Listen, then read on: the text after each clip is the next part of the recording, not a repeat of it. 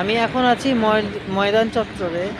এই ময়দান চত্বরের কিছু কিছু, এটা যদিও পেট্রোলিয়ামের আন্ডারে আছে, রেস কোর্স, এই দিকটা রেস কোর্স, এই দিকটা রেস কোর্স।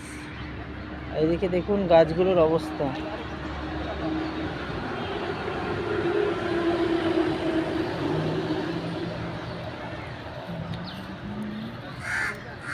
গাছগুলোতে যখন পোতা হয়েছিল তখন এই নেটগুলো লাগানো হয়েছিল, এখন নেটগুলো গাছের মধ্যে ঢুকে গিয়েছে।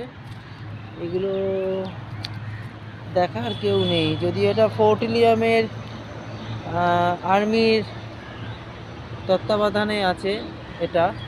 সুতরাং এগুলো আমাদের সাধারণ মানুষের পক্ষে এগুলো নিয়ে কিছু করাটা সম্ভব নয়।